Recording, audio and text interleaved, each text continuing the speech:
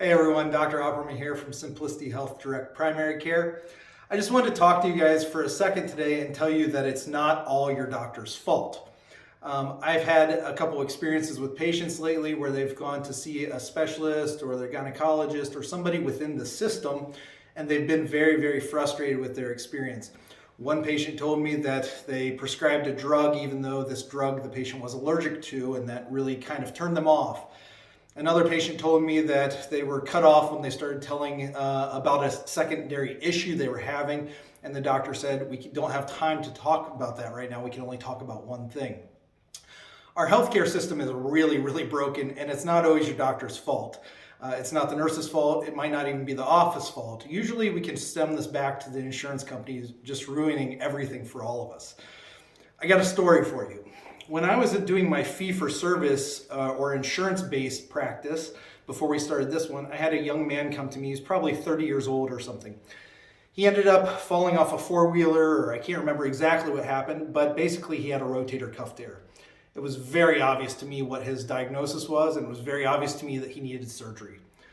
So he couldn't even lift his arm up, and I diagnosed a rotator cuff tear. So I ordered an MRI for this young man so that he could have surgery, because an x-ray will not show the diagnosis of a rotator cuff tear. An x-ray is basically useless. However, the insurance company in their wisdom decided that he first needed an x-ray and then he needed 6 weeks of physical therapy before they would even pay for the MRI. How is this guy supposed to do physical therapy when he can't even lift his arm up? So we ended up going outside the insurance company and getting things done, and thankfully this young man got the care that he needed, but he ended up blaming it on me because, I couldn't get the MRI for him, but it wasn't my fault. It was the insurance company making things hard or difficult on him. So why do the insurance companies do this?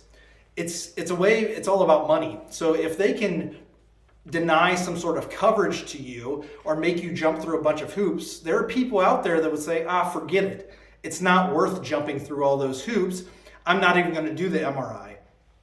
In that situation, the insurance company, they save a lot of money because they don't have to cover your test.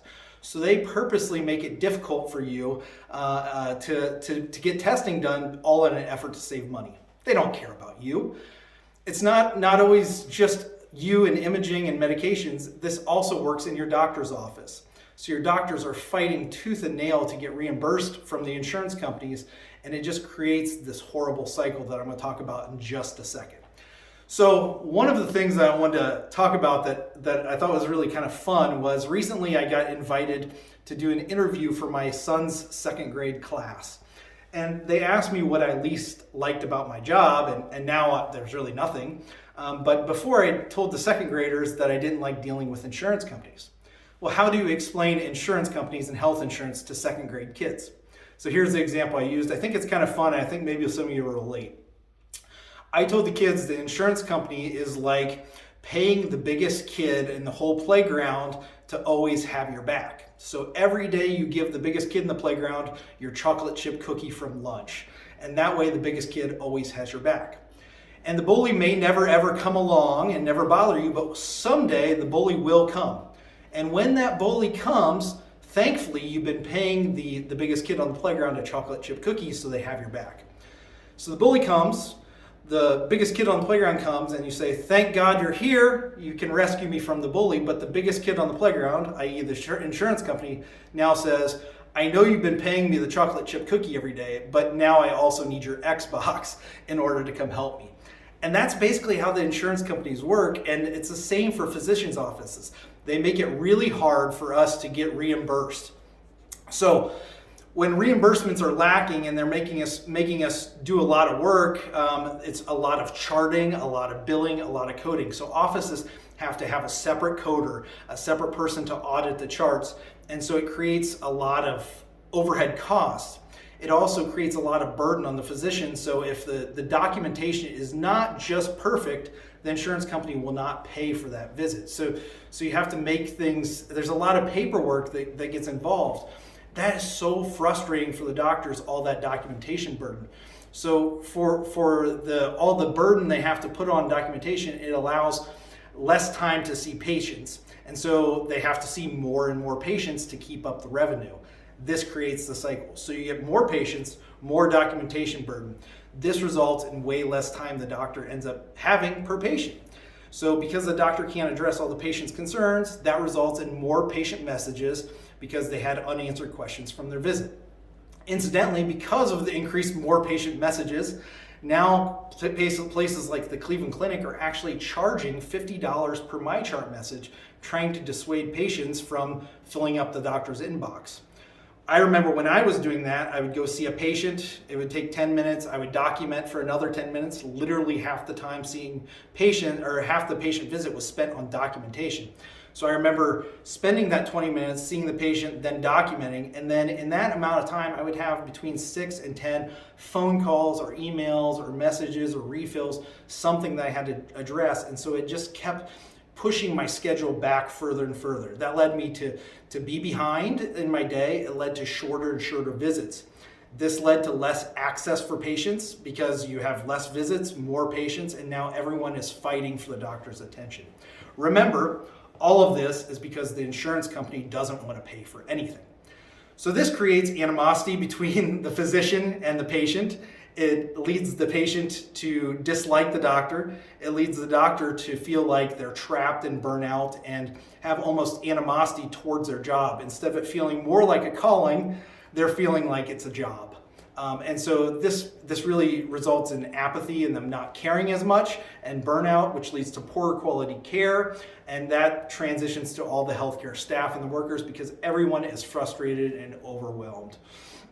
You can see where this cycle, all starting from the insurance company, is not your doctor's fault. They want to care. They want to be present.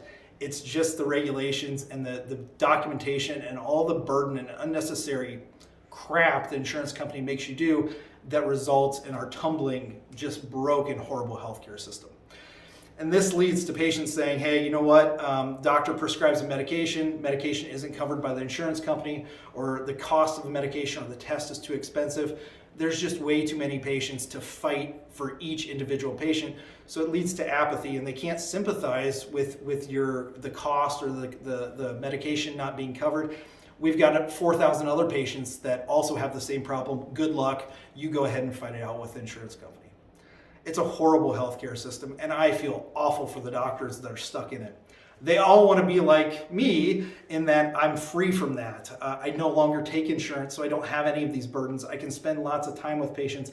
I can answer all of their questions. We can do a very detailed job. We can give patients medications at cost. We can get them lab work very affordably. We can find the best places to get them imaging. We can fight tooth and nail for their care because we have fewer patients fighting for our access. So why don't more doctors do what I do, the direct primary care model? It's pretty simple, it's risk. So in order to start a practice like this, I actually had to take out all of my retirement, and this is what my family lived on for an entire year while the practice was building up. When we started our practice, I was making $0. And so I went from having a pretty nice, comfortable salary as a physician at one of the big health networks to basically making $0. And that's a risk a lot of healthcare workers cannot take on. So they're really trapped within this horrible, horrible healthcare system, which is all because of the insurance companies. So anyhow, I just wanted to explain to some of you that are frustrated with your doctors, please have some grace on them. It's not their fault. They're trapped in a horrible healthcare system. I would love to hear some of your experiences. Leave us a comment down below, and I'd love to check those out. Again, I'm Dr. Opperman at Simplicity Health Direct Primary Care.